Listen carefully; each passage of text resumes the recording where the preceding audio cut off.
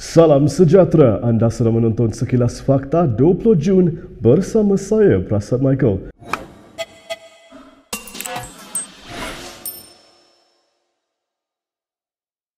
Nur Jazlan Mohamad mempersoalkan mengapa hanya presidennya, Ahmad Zahid Hamidi, didakwa menerima rasuah daripada syarikat Ultra Kirana Sendirian Berhad. Timbalan Pengurusi Badan Perhubungan UMNO Johor itu berkata, ini kerana terdapat 5 lagi ahli politik yang didakwa terlibat, termasuk Muhyiddin Yassin. Menulis panjang lebar di Facebooknya, Nur Jazlan turut mempersoalkan kredibiliti Presiden Bersatu itu yang dikaitkan dengan penerimaan dana politik berjumlah 1.3 juta ringgit daripada UKSB. Tambah Nur Jazlan, keterangan saksi pendakwaan dalam mahkamah tersebut telah melondehkan topeng dan watak bersih yang dimainkan bekas Perdana Menteri itu selama ini.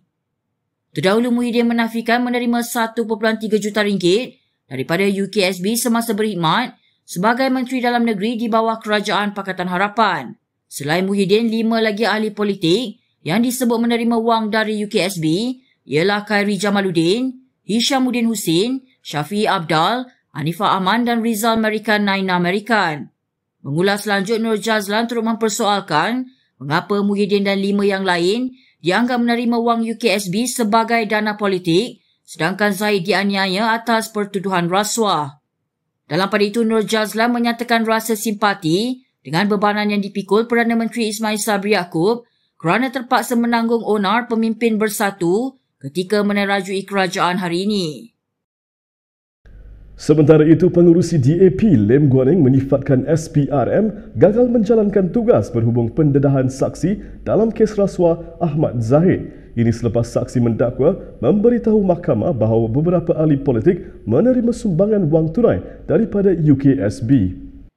Dalam satu kenyataan, bekas Menteri Kewangan itu mempersoalkan bagaimana Suruhanjaya itu tidak mengetahui mengenai penglibatan ahli-ahli politik tersebut dan hanya membuka siasatan selepas perkara ini didedahkan di mahkamah. Lim turut menyifatkan kegagalan SPRM berhubung perkara ini membuktikan agensi itu telah digunakan sebagai alat politik. Tambah Lim, SPRM juga perlu dirombak secara besar-besaran bagi memulihkan keyakinan orang ramai dan bagi memperbaiki kedudukan Malaysia dalam indeks persepsi rasuah oleh Transparency International. Agensi itu sebelum ini mengesahkan akan membuka kertas siasatan terhadap beberapa individu yang disebut nama mereka dalam perbicaraan Ahmad Zahid. Antara nama yang disebut ialah Khairi Jamaluddin, Muhyiddin Yassin, Hishamuddin Hussein, Syafiee Abdal, Hanifah Aman dan Rizal Merican Naina Merican.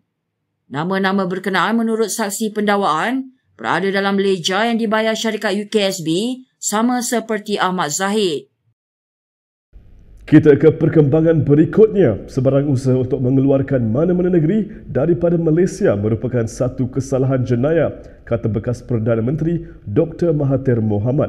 Bercakap dalam satu sidang media semalam, Mahathir berkata negara juga mempunyai undang-undang untuk menghalang perkara itu daripada berlaku. Menurut laporan Astro Awani, Mahathir turut menyifatkan kenyataan untuk mengeluarkan negeri daripada Malaysia sebagai satu perkara yang serius. Bagaimanapun pengerusi pejuang itu berkata, undang-undang tersebut mungkin tidak terpakai terhadap pihak yang mempunyai kedudukan yang jauh lebih tinggi. Walaupun Mahathir tidak menyebut sebarang nama, kenyataan itu dipercayai merujuk kepada titah Sultan Johor, Sultan Ibrahim Sultan Iskandar minggu lalu.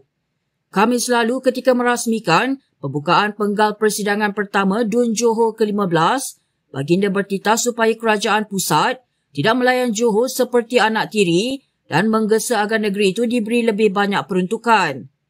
Sultan Ibrahim turut memberi amaran jangan sampai rakyat Johor mendesak untuk keluar dari Malaysia sekiranya negeri itu tidak mendapat peruntukan yang setimpal dengan 13 bilion ringgit hasil persekutuan yang dikutip dari negeri itu. Saya tidak minta orang ramai pergi berpesta ketika mencadangkan banjir tahunan negara boleh menjadi sumber pelancongan sukarelawan. Itu kata ahli Parlimen Padang Rengas Nazri Aziz ketika mengulas kecaman sesetengah pihak terhadapnya selepas mengusulkan cadangan itu.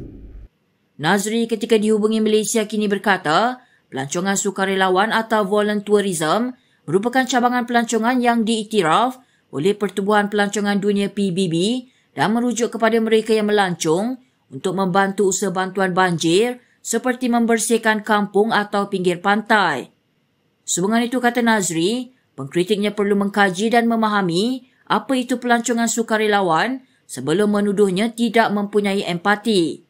Sebelum ini, Nazri dipetik Sinar Daily sebagai berkata, pelancong boleh membantu kerja-kerja sukarelawan semasa bencana banjir hujung tahun. Mengulas lanjut, kata Nazri, terdapat keperluan untuk menyelaraskan usaha bantuan bencana, khususnya di antara pihak berkuasa dan mereka yang bersemangat untuk menjadi sukarelawan. Katanya dia telah melakukan perkara ini sepanjang 9 tahun menjadi menteri di Jabatan Perdana Menteri dan ia diterima baik pihak berkuasa dan sukarelawan. Selain itu, katanya usaha menggalakkan pelancongan sukarelawan harus selari dengan pelbagai kerja tebatan banjir yang dilaksanakan kerajaan. Sebelum ini, Ahli Parlimen MUAS Syed Saddiq Syed Abdul Rahman dan Adun Ketari yang Syafura Uthman antara yang menyelar Nazri susulan kenyataannya itu. Berita seterusnya, bakal timbalan Presiden PKR Rafizi Ramli akan memulakan kempen tersusun setiap minggu bermula 1 Julai ini sebagai persediaan berdepan PRU 15. Rafizi berkata ini dengan mengambil kira jangkaan bahawa Parlimen akan dibubarkan seawal Ogos atau September ini. Dalam satu kenyataan, bekas Ahli Parlimen Pandan itu berkata, kempen itu akan dilakukan melalui platform Ayu Malaysia dengan memberi tumpuan menarik keyakinan pengundi melalui kerjasama sukarelawan. Antara sasaran kempen adalah pengundi tegar PKR dan PH yang perlu dipertahankan, pengundi atas pagar yang akan mengundi di kerusi-kerusi utama dan pengundi kali pertama berumur bawah 25 tahun serta yang tidak pernah mengundi.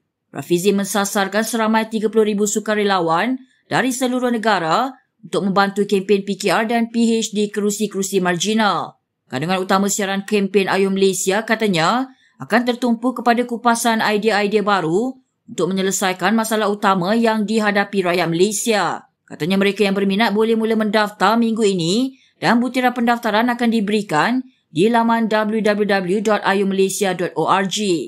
Meskipun tidak memaklumkan tarikh sebenar PRU, Perdana Menteri Ismail Sabri Yaakob semalam tidak menolak kemungkinan PRU ke-15 diadakan sebelum Julai 2023 iaitu tempoh tamat penggal. Semua program yang di-Pertuan Agong Sultan Abdullah Sultan Ahmad Shah dalam masa terdekat akan ditangguhkan ke tarikh yang akan diumumkan. Istana Negara memaklumkan baginda sedang menjalani peperiksaan di sebuah hospital di Kuala Lumpur kerana gering di bahagian kaki.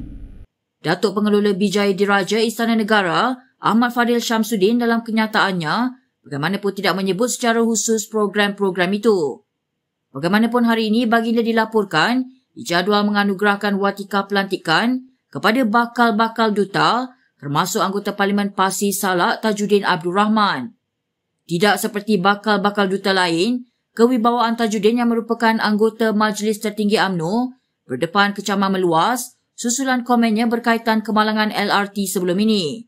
Berbanding Tajuddin yang dipilih menjadi duta Malaysia ke Indonesia, 4 lagi bakal duta itu merupakan anggota perkhidmatan awam. Sementara itu dalam kenyataannya hari ini, Ahmad Fadil berkata kesihatan Sultan Abdullah secara amnya dalam keadaan baik dan baginda dijadualkan pulang bersemayam ke istana dalam masa yang terdekat.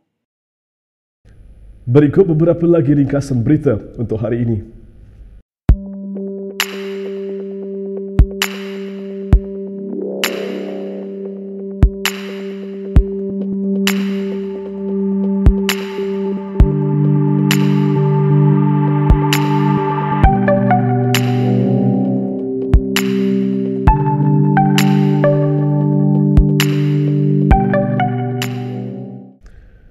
Sekian saja daripada saya, Prasad Michael, untuk sekilas fakta. Untuk lebih banyak berita, anda boleh melayari kinitv.com. Anda juga boleh mengikuti kami di Instagram, Twitter, YouTube dan Facebook. Salam hormat dan jumpa lagi.